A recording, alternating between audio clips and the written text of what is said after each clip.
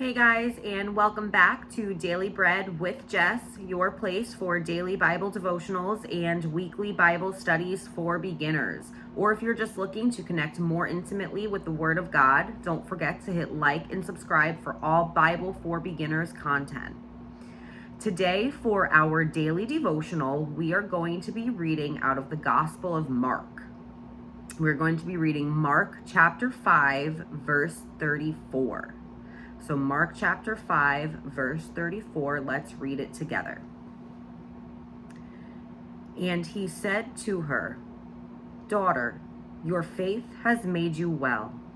Go in peace and be freed from your suffering." Okay, so let's give this some context, right? This verse is spoken by Jesus, and he is speaking directly to a woman that he just healed. This is actually a pretty popular story in the New Testament known as the bleeding woman, if you've ever heard of that. So Jesus, he's healing a lot of people during his ministry, but this woman is a little bit different. So Jesus here is physically actually on his way to heal somebody else. Someone's daughter is very sick and dying, and this man comes to Jesus, says, "Can you come save my daughter?" So Jesus is on his way to perform a totally different miracle, and a crowd forms because Jesus is pretty popular at this point. So whenever he shows his face in public, people take notice and they kind of crowd around him and they follow him wherever he goes. And in the crowd is the woman of this story, of our verse. And she had a bleeding disorder. And this is very significant because in the eyes of the Jewish law at the time, this woman was seen as unclean, just perpetually unclean. So this meant she couldn't enter the temple, so she couldn't go to church. She couldn't even touch anybody. Nobody could touch her.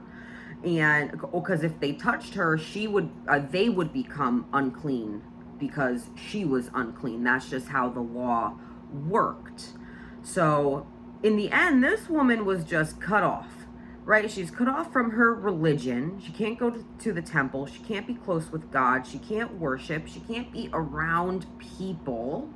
She can't have relationships or anywhere near a normal life, right? And it said that she was suffering from this bleeding for 12 years.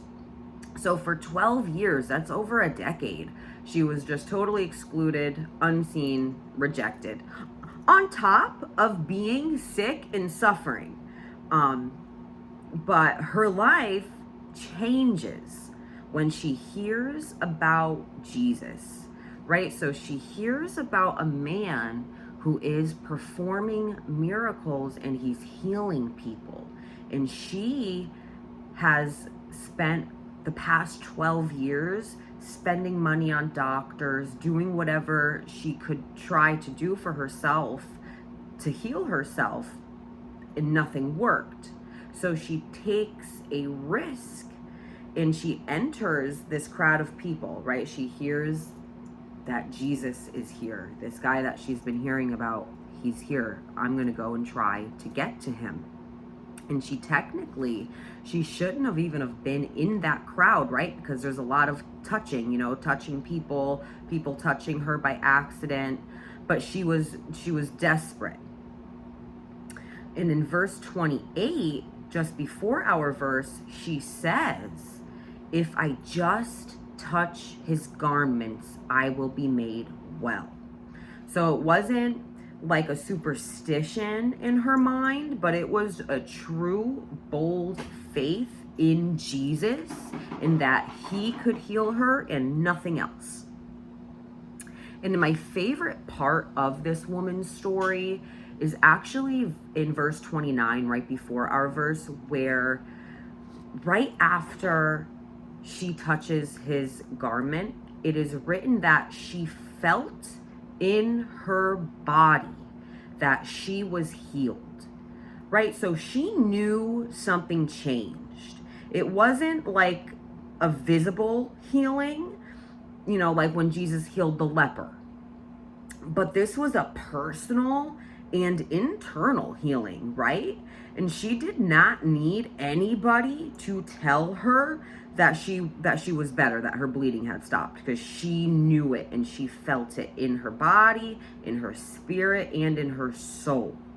And this is just my favorite part because it's so similar to my own testimony and my own healing. When Jesus saved me, I knew I was different. Nobody could tell me anything different because I knew it for a fact, right? So after this woman touches him, Jesus stops. He's, because he's on his way. He's trying to go do something important. He's not lollygagging. He's on a mission. But he stops. And this woman, she was not loud about coming up and touching him. She was pretty sly about it. And Jesus easily could have just kept walking, right? But he stops and he looks for her. He calls her out of the crowd, out of her hiding, out of her shame. And this is where we have our verse. Jesus calls her daughter, not woman or a stranger or girl, but daughter. And this is the only place in the Gospels where Jesus directly calls someone daughter. And it just shows the acceptance and the family type of inclusion that Jesus offers. And the fact that Jesus is just so tender with her really resonates for me personally. And that's why I love this story so much. But he tells her that your faith has made you well. So this woman's faith, her belief in Jesus was all she needed. And it's really all we need as well. Because the way like we would pull up to Six Flags or some type of water park, right, and expect to see rides and get wet and have fun, this is the way this woman came up to Jesus. She had full expectations for healing with him. And Jesus really, really acknowledges this faith, not just the act of her physically touching him. And Jesus tells her to go in peace. So he's not just healing her body, but he's giving her permission to move forward with her life. So Jesus, he truly freed her from her suffering, and not just in that moment, but for the rest of her life. So what does this one miracle in Jesus's ministry teach us today? For one, it definitely teaches that faith is what will bring healing. Not faith in ourselves, but just faith in God, faith in Jesus. In Jesus, it teaches us that Jesus responds to your faith, right? Even if it's quiet and small. This woman, she reached out quietly, and Jesus still noticed. And we see that Jesus brings a full restoration, right? Her symptoms were healed, and she was freed from her isolation, from her chains, from her shame, and this ongoing crisis in her life. So Jesus, when he gives peace, he gives a peace that we will not find anywhere else. And I know for me, like the biggest lesson in this is God sees those who feel invisible. Because this woman was really looked down upon and just completely ignored for years. But Jesus called her daughter and changed her life. So, and with that, we're going to end our devotional on this verse. But I just want you guys to know that if you have ever felt invisible, or maybe you feel invisible or desperate like this woman has, and like I have in the past, you don't need a loud or huge faith, right? You just need to reach out to Jesus, and he will meet you right there with healing and restoration, and he will give you an identity as his son or daughter. And I do want to leave you guys with 3 reflection questions that you can find like a nice little quiet place in, really meditate on this verse, reflect on these questions, and invite the Lord into the conversation with you, because I promise he wants to join you. So reflection question number 1. What's one area of your life where you need to reach out to Jesus in faith today?